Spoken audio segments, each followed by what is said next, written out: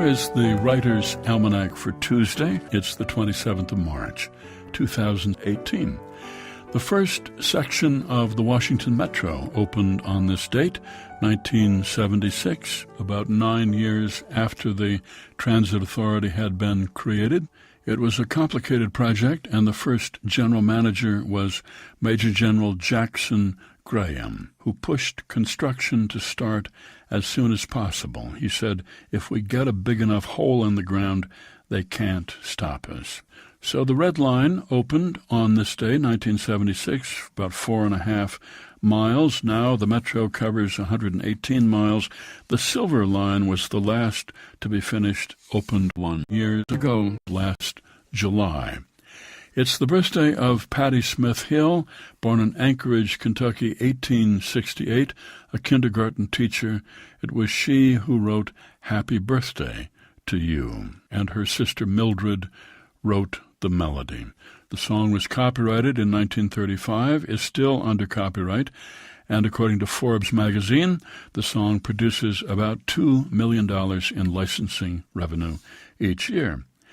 It's the birthday of the novelist and poet Julia Alvarez, born New York City, 1950, grew up in the Dominican Republic, came back to New York when she was 10 years old.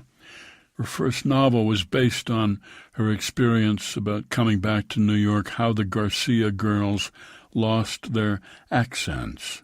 She also wrote a nonfiction book, Once Upon a Quinceañera, about the tradition of throwing elaborate 15th birthday parties for young Latinas. It's the birthday of the movie director Quentin Tarantino, born in Knoxville, 1963, raised in Los Angeles near the airport. He directed Reservoir Dogs and Pulp Fiction, and most recently Django Unchained, a spaghetti western set in the Deep South.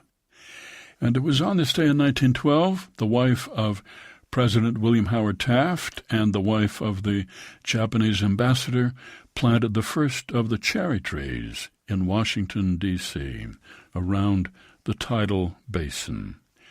And today is the birthday of the poet Louis Simpson, born Kingston, Jamaica, 1923, moved to New York City as a teenager. He served as a combat infantryman in some of the most intense fighting of World War II in Normandy and Arnhem, the Battle of the Bulge. Returned home suffering from post-traumatic stress disorder, spent 6 months in a psychiatric hospital. His first book of poems, The Aravistes, published just a few years later. Here's a poem for today by Louis Simpson entitled The Battle. Helmet and rifle, pack and overcoat marched through a forest. Somewhere up ahead guns thudded like the circle of a throat. The night on every side was turning red. They halted and they dug, they sank like moles into the clammy earth between the trees, and soon the sentries, standing in their holes, felt the first snow. Their feet began to freeze. At dawn, the first shell landed with a crack. Then shells and bullets swept the icy woods. This lasted many days. The snow was black. The corpses stiffened in their scarlet hoods. Most clearly of that battle I remember the tiredness in eyes, how hands looked thin around a cigarette, and the bright ember would pulse with all the life there was within.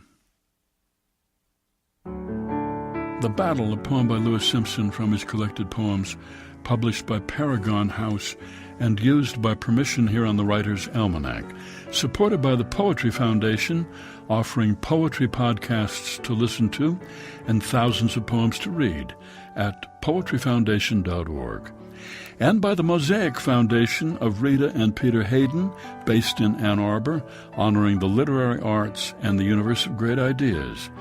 Produced by Joy Biles, assisted by Teresa Burgess. Be well, do good work, and keep in touch.